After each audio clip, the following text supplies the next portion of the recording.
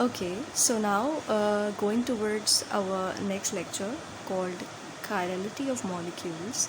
First of all, we will understand that what does chirality means. Why molecules are chiral in nature? What does it mean by the word chiral? Okay, first of all, going towards molecules, we first consider the example of our hands. Our hands are basically a good example of chirality.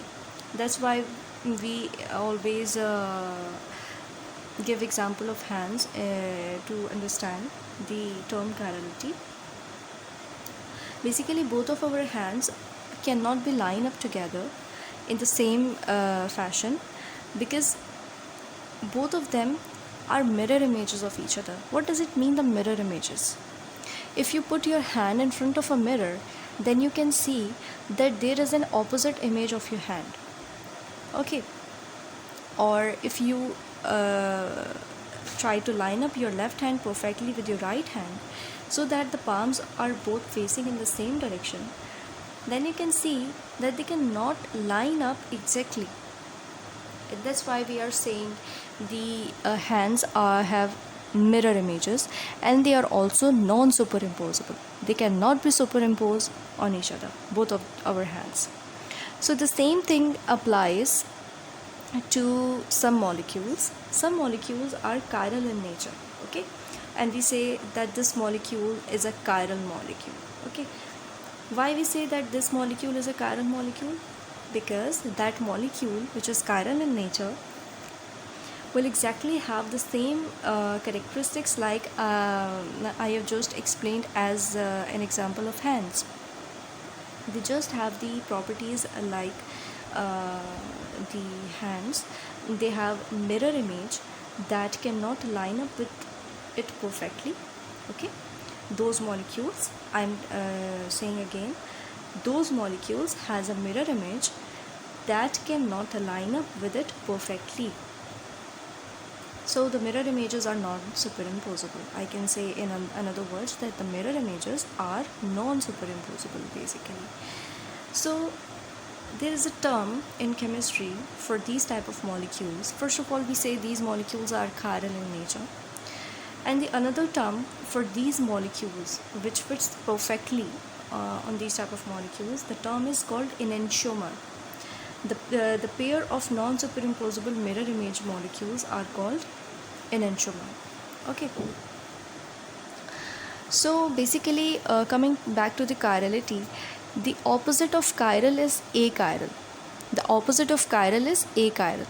Achiral objects are superimposable with their mirror images. Okay, a chiral molecule will have the superimposable image, mirror image. Okay, and if the molecules are superimposable, they are obviously identical to each other. Okay, for example, two pieces of paper are achiral, obviously. In contrast, our hands are non-superimposable mirror images of each other, so they are chiral. So through examples we can understand the term chiral and achiral. Now coming to the next thing, why chiral molecules are so interesting, why they are so interesting, like we are studying it. Just like your left hand will not fit properly in your right hand glove, obviously you cannot wear your left hand glove in your right hand, or vice versa. One of the enantiomer of a molecule may not work the same way in your body. Okay, a molecule have a specific chirality will not have the same property as its mirror image molecule. So they will not work in the same way in your body as the other. It turns out that many of the biological molecules, such as our DNA, amino acids, and sugars, are basically chiral molecules. Okay, for example, a sugar molecule that has a specific rotation, a specific position, a specific configuration, then we can say So why chiral molecules are so interesting? Okay, why we are studying, and what does it tell us? So basically, just like your left hand will not fit properly in your right hand glove, or vice versa, one of the enantiomer of a molecule may not work the same way in our body as the other. What does it mean by the enantiomer? I have just described it, that a pair of molecules that have non-superimposable, that cannot be superimposed with each other, mirror images, non-superimposable mirror images of each other. They must be non-superimposable and mirror images of each other. Then that pair of molecules will be called as enantiomers. So they are saying that just like your gloves of both of the hands that may not fit in both of these, so just like that, the pair of enantiomer will not exactly work in the same way as the other. They have the same they will not have the same reactivity, the same type of biological function. So they are very important to study the enantiomers and the chiral molecules. So it turns out that many of the biological molecules such as DNA and amino acids and sugars are chiral molecules. They are also chiral in nature, and we use different medicines that are, a lot of medicines are there that are chiral in nature, and they work exactly as we desire. This must mean that enantiomers have properties, okay, that make them different from their mirror image molecule. Obviously, both of these molecules of enantiomer have different properties. Okay, what are those properties? A chiral molecule do not have a plane of symmetry. There are two properties of any chiral molecule, that chiral molecules do not have a plane of symmetry. What does it mean? A plane of symmetry means they cannot be divided into two identical halves. Okay, so that molecule don't have a plane of symmetry. And the second property of chiral molecules, that their optical activity differentiates both of them. Okay, the value of alpha or the value of their rotation will be different from each other, na? So their optical activity differentiate each other. Basically, the both of the molecules in a enantiomer are basically different in their rotation, in their optical activity, and their plane of symmetry. Now try to understand that if a molecule that are chiral centers, carbon molecules that are chiral centers will have 4 distinct bonds. If I say that a carbon molecule has chiral centers, it means that carbon molecule will have 4 distinct bonds, and that's why I'm saying that it has chiral centers. Okay, a chiral center will always have 4 distinct bonds. We are going to discuss it more. For example, consider these two molecules. There is a mirror between them, and this molecule is exactly a mirror image of this molecule. Okay, so here is a trick or a way to understand it. If I rotate the molecule around, I will get the similar molecule as the image. If I rotate this molecule, the chlorine and fluorine will be there, and the bromine will be there. So both of these molecules then will be the same, obviously. So they are just different in their rotation, na? They are just different in terms of their rotation. So these molecules are chiral in nature. Okay, just because they are non-superimposable mirror images of each other. They cannot also be superimposed on each other. If I put this molecule over this molecule, they cannot be superimposed, na? Like our hands. So they are mirror images, and they are non-superimposable. Both of these are non-superimposable. Both of these are mirror images of each other. So I can say that these molecules are chiral in nature. Understand? So this means that these carbon molecules. Basically there is a carbon in the center, and carbon has 4 valency, and both of the valencies are occupied by hydrogen, bromide, fluoride and chloride. So we can say that both of these molecules are chiral in nature. And if I can rotate it, then I will have the similar image. So I can say that yes, this molecule is a chiral molecule. Okay. Now coming to the definition of chiral and achiral. Chiral molecules are those objects that are superimposable on their mirror images. Obviously, if I can superimpose a mirror image of a molecule, then that molecule will be achiral, and both of these molecules are obviously same. If I can superimpose both molecules over each other, then those molecules will be similar, obviously. Chiral molecules are the objects that are non-superimposable, okay, and I have already discussed it.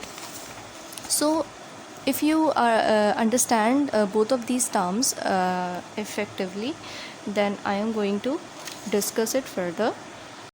Now as previously I told you that if any carbon molecule has chiral centers, then it means that molecule must have 4 distinct bonds, means 4 different bonds around carbon atom.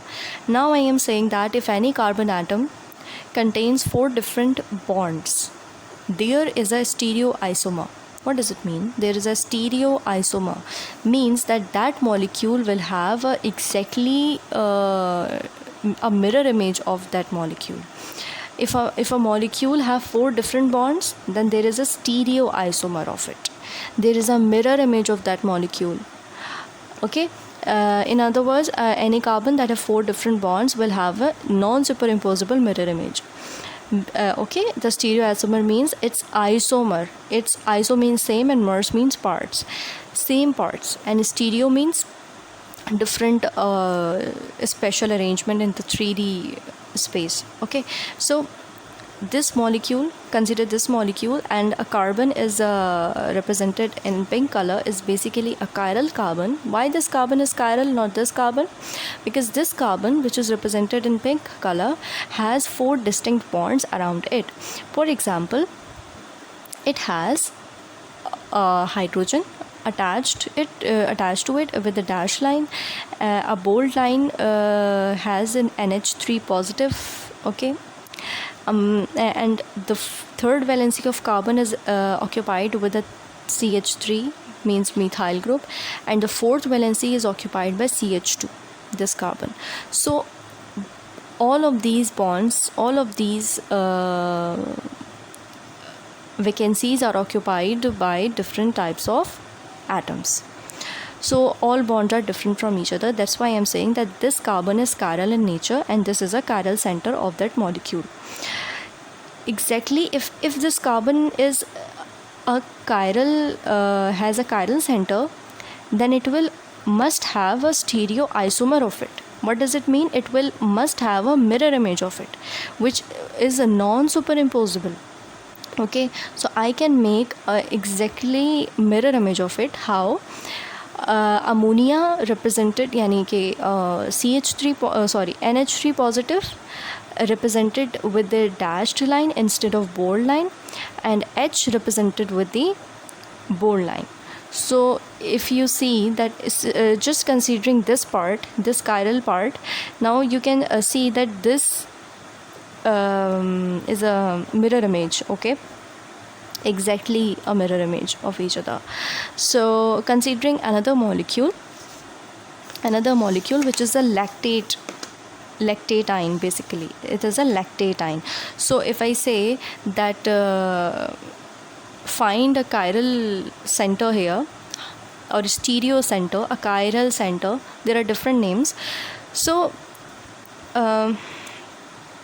you will say that in this molecule I have a chiral center here. No, I cannot have a chiral center here, because this carbon is attached with the same atom 2 times. So here will be no 4 valencies occupied with the 4 different atoms. But we will have this carbon as a chiral center because it is attached with this carbon CH3. OH with a dash line, H with a bold line, and another attachment with this. So this is a chiral center, and it will obviously must have a mirror image of it, and I can make its mirror image like I made earlier, like OH with a bold line instead of dash line, and H with a dash line instead of bold line. And considering this part, just I can say that this is a mirror image of each other, and both of these are stereoisomer of each other. Stereoisomers, no? They are stereoisomers. Okay, this molecule has exactly a mirror image of it, so it's a stereoisomer of it. Okay, if I say how many chiral centers are there, you can say no, this will be a no, there will be a no chiral center because both of these are hydrogens here.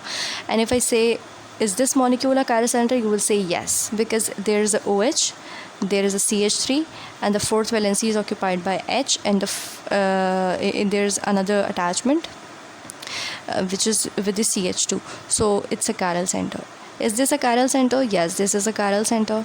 It will have the same situation that it has fourth valency occupied by hydrogen, CH2, OH, and this ethyl group. Okay, so these are the chiral centers here.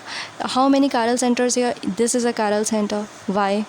A OH, a methyl, a hydrogen which is not visible here, and this CH2 molecule.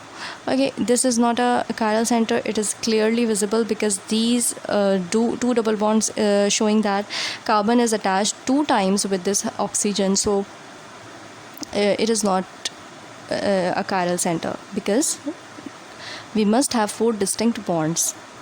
Okay, if we consider this atom here, we will say that okay, it's an OH, it's a methyl, and it's also a methyl. Both of these methyls are similar, so I cannot say that this is a chiral center because both of these attachments or bonds of this carbon are different from each other. Okay, same from each other, so it's not a chiral center.